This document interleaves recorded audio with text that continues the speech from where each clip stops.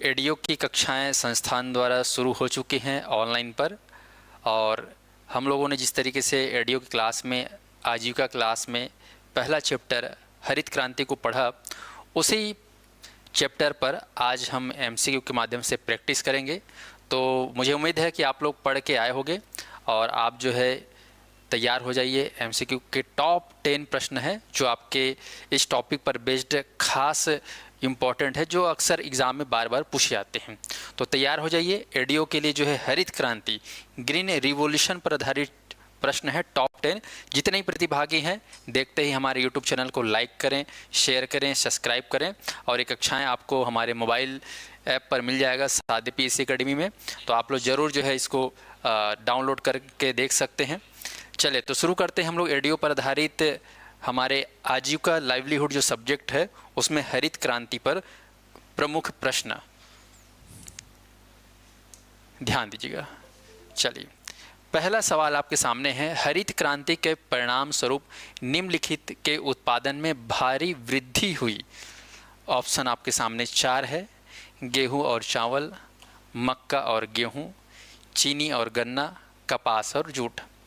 ये 4 ऑप्शन हैं। आपको यहाँ पर प्रश्न पूछा जा रहा है कि हरित क्रांति जब हुआ तो उसके परिणाम में उत्पादन में भारी कमी नहीं, भारी वृद्धि हुई। किस में? तो यहाँ पर सही सवाल इस प्रश्न का डी भी नहीं है, सी भी नहीं है। ए और बी में आप कोशिश करिए, मक्का और गेहूं या गेहूं और चावल। तो इसका सही जवाब है साथियों ऑप्शन ए, गेहूं और चावल।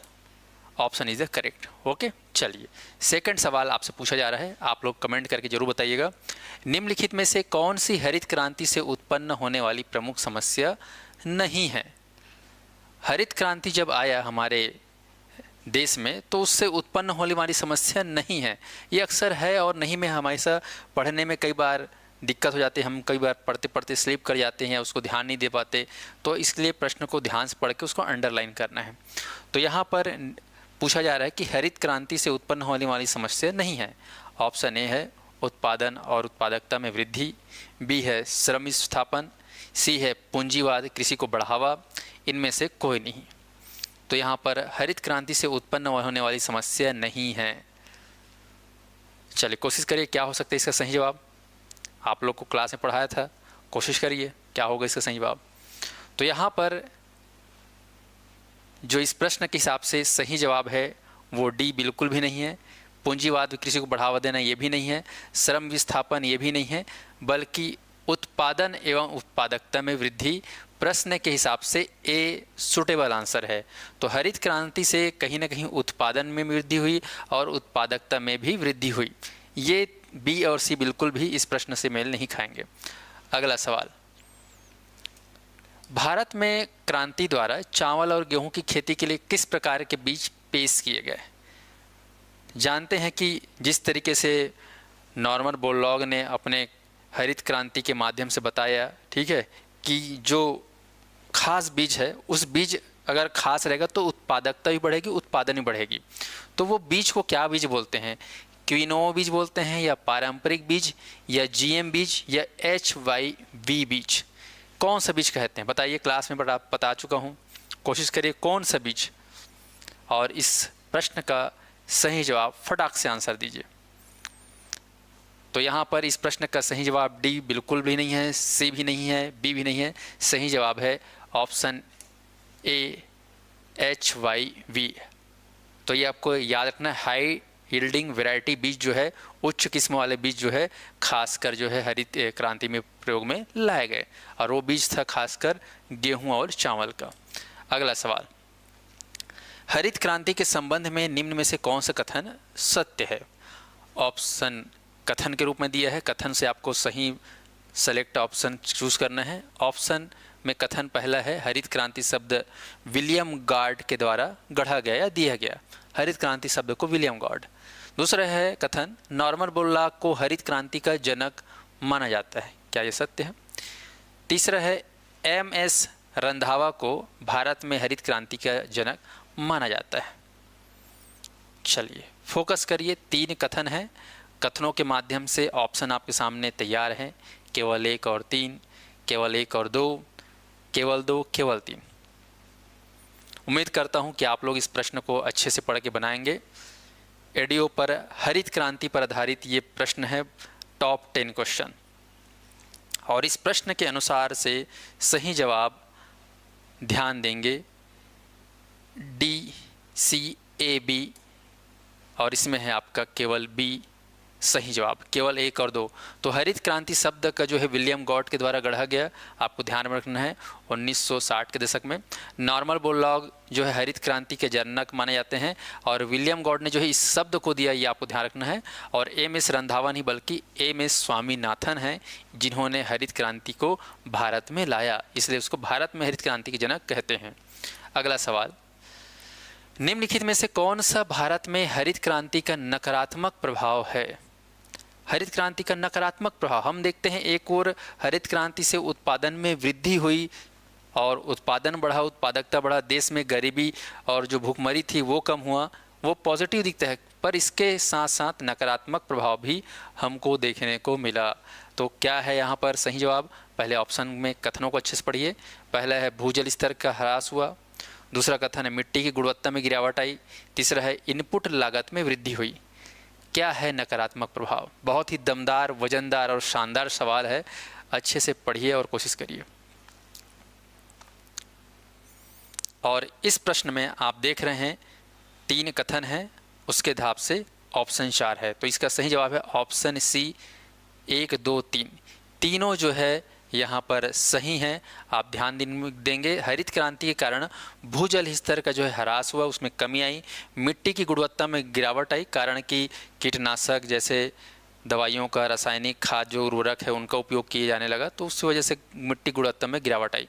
इनपुट लागत में वृद्धि, क्योंकि हम इसमें देखते हैं तो मशीनीकरण के तहत जो है हम लोग जो है ट्रैक्टर वेक्टर का उपयोग करने लगे, कीटनाशक का उपयोग करने लगे, रासायनिक उर्वरक का उपयोग करने लगे, तो कहीं ना कहीं लागत में जो है वृद्धि तो हुई। तो कहीं ना कहीं हरित क्रांति का ये प्रभाव हमको नज़र आता है। तो इस हिसाब से सी इज़ द करेक्ट आंसर। अगला सवाल है, भारत में हरित क्रांति का उद्देश्य क्या था? ऑप्शन है राष्ट्रीय खाद्य सुरक्षा, या अन्य देशों पर निर्भरता, या फिर राष्ट्रीय सशस्त्र बल सुरक्षा, और डी है ओजोन रिक्तीकरण। बड़ा ही शानदार सवाल है, छोटा है पर बहुत ही शानदार है, दमदार है। राष्ट्रीय खाद्य सुरक्षा, अन्य देशों पर निर्भरता, राष्ट्रीय सशस्त्र बल सुरक्षा, ओजोन रिक्तीकरण। अच्छे से पढ़िए और जवाब दीजिए। जितने ही प्रतिभागी देख रहे हैं लाइक बटन को जरूर प्रेस करिएगा, अपने दोस्तों को जरूर शेयर करेगा। एडीओ का पेपर जो है आने वाले समय में आपको देखने को मिलेगा, और इसके लिए हम पूर्व से तैयारी करने के लिए हम जो है एमसीक्यू के माध्यम से प्रैक्टिस करेंगे और थ्योरी भी करेंगे अच्छे से। तो यहाँ पर इस प्रश्न का सही जवाब है ऑप्शन ए, राष्ट्रीय खाद्य सुरक्षा। हमारे देश में जनसंख्या वृद्धि बढ़ रही थी दिनों दिन, जनसंख्या के मुकाबले हमारे यहाँ कृषि भूमि का क्षेत्र कम था, उत्पादन कम था, और इस वजह से कहीं ना कहीं खाद्य संकट हमारे जो है भारत देश में जो है समस्या बनी पड़ी थी। खासकर उस दौर में तो अकाल सूखा भी पड़ता था। तो सबसे मुख्य उद्देश्य था राष्ट्रीय खाद्य सुरक्षा, फूड सिक्योरिटी सबसे इम्पोर्टेंट हमारा उद्देश्य था।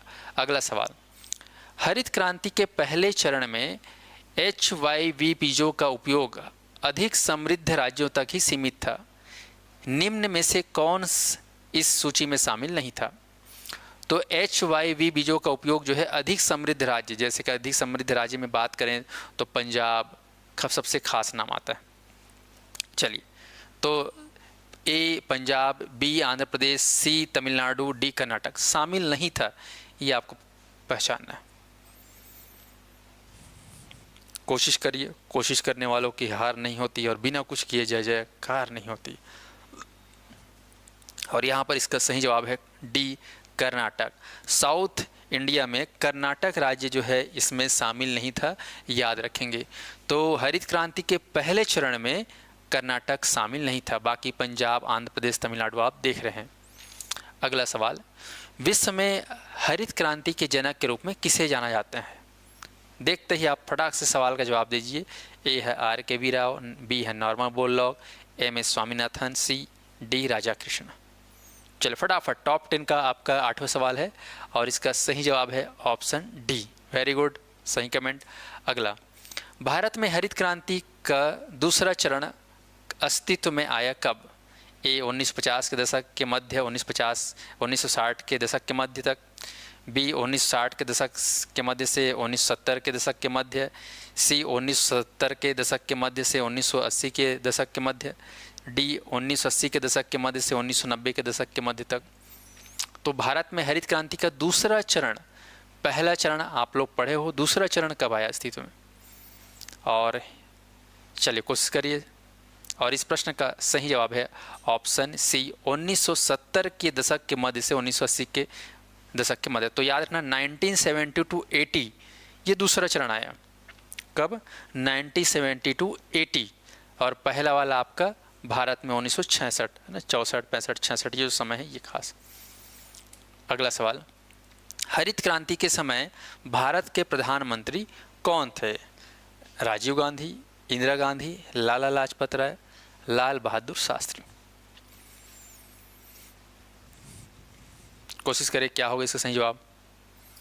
और इस प्रश्न का सही जवाब है ऑप्शन ए, लाल बहादुर शास्त्री उस समय के तत्कालीन प्रधानमंत्री थे। तो ये थे आपके खास हरित क्रांति पे संबंधित टॉप 10 क्वेश्चन। और भी इस पर क्वेश्चन बनेंगे, वो आपको दूसरे एपिसोड में देखने को मिलेगा। और यहाँ पर आज जो है टॉप 10 क्वेश्चन समाप्त होता है। जितने प्रतिभागी हैं एडीओ की क्लास के लिए, आप लोग थ्योरी क्लास के लिए, कंप्लीट कोर्स के लिए संस्थान के दिए गए नंबर पर आप संपर्क जरूर करिएगा।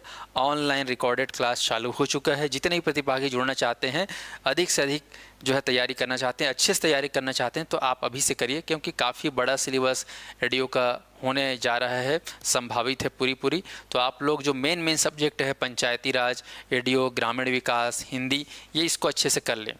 चलिए, उम्मीद करता हूँ आप लोग अच्छे से समझ में अच्छे से सॉल्व किए होंगे। यहाँ पे अगर कोई भी दिक्कत हो तो आप लोग कमेंट जरूर करिए। मिलेंगे नेक्स्ट क्लास के संदर्भ में स्पेशल एमसीक्यू के साथ। तब तक के लिए जय हिंद, जय जोहार, जय छत्तीसगढ़।